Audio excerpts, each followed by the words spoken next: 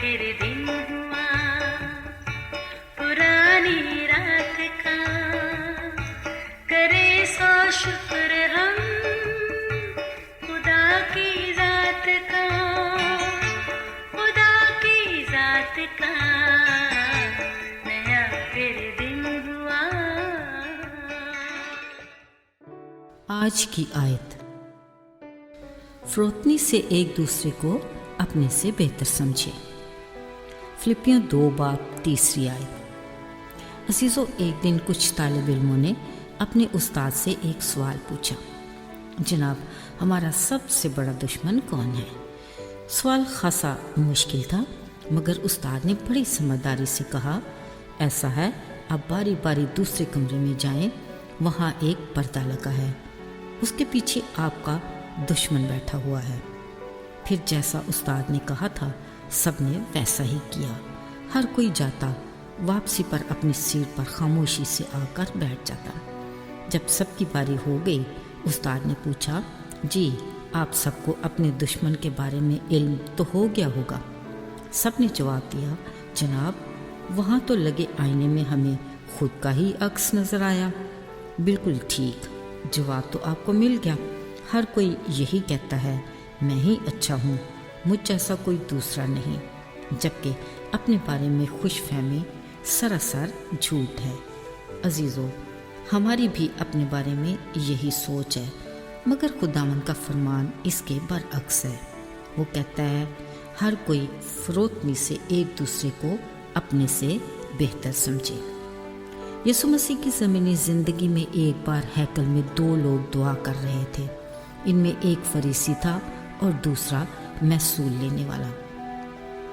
फरीसी यूं दुआ कर रहा था, ऐ खुदावंद, मैं तेरा शुक्रिया अदा करता हूँ कि मैं बाकी आदमियों की तरह जालिम, बेइंसाफ, जनाकार और इस महसूल लेने वाले की तरह नहीं हूँ।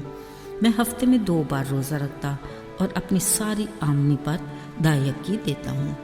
लेकिन महसूल लेने वाले ने दूर खड़े होकर इतना भी न चाहा कि आसमान की तरफ आंख उठाए, बल्कि छाती पीट पीट कर कहा, ऐ खुदा, मुझ गुनाहगार पर रहम फरमा। अजीज़ों, बिलाशुबा जब हम आईने में खुद को देखते हैं तो हमें खुद भी सब अच्छा दिखाई देता है, और अगर कोई नुक्स नज़र आ भी जाए तो हम उसे मिटाकर खुद को हर लिहाज से अच्छा साबित करने की कोशिश करते हैं। असल में हम खुद के लिए कुछ बुरा देखना या सोचना ही नहीं चाहते, अगरचे अपने बारे में सारी हकीकत का हमें अच्छे से इल्म होता है। लेकिन फरीसी की तरह खुद फरेबी का शिकार होकर हम खुद को दूसरे महसूल लेने वाले से बेहतर समझते हैं। बतौर मसीही हमें खुद को खुदा के कलाम के आईने में देखना चाहिए, जो सच को सच और झूठ को झूठ ही दिखाता है, और सच्चाई के साथ हमारे नकाइस को दूर करने में हमारी रहनुमाई भी करता है। अजीज़ों, बावजूद इसके हम हकीकत से आंखें चुराते हैं। यहाँ भी हमारी अना और खुद परस्ती आड़े आ जाती है। ये भी एक दिलकश अबलीसी चाल है कि हम जिंदगी के हर पहलू पर अपने प्यारों का दूसरों से मुकाबला करते हैं और हर लिहाज से किसी न किसी तरह उन्हें परे धकेल कर खुद विक्ट्री स्टैंड पर खड़े हो जाते हैं। अफसोस, हम बतौर मसीही खुद को मसीह के हम मिजाज तो कहते हैं, मगर किसी दूसरे की तारीफ के लिए हमारे पास अल्फाज की कमी हो जाती है। दूसरों के लिए हम अपने हाथ में पत्थर उठाए फिरते हैं और ख़ुद को देखते भी नहीं। अजीज़ों, ये रवैये खुदावंद की नज़र में सख्त नापसंदीदा हैं।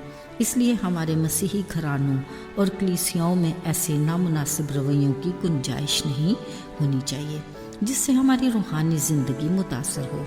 नमूदन नुमाइश की रेस में वक्ती इज़्ज़त की बजाय हम खुदावंद के कवी हाथ के नीचे फरोतनी से रहें तो वो हमें अपने वक्त पर सरफराजी देगा।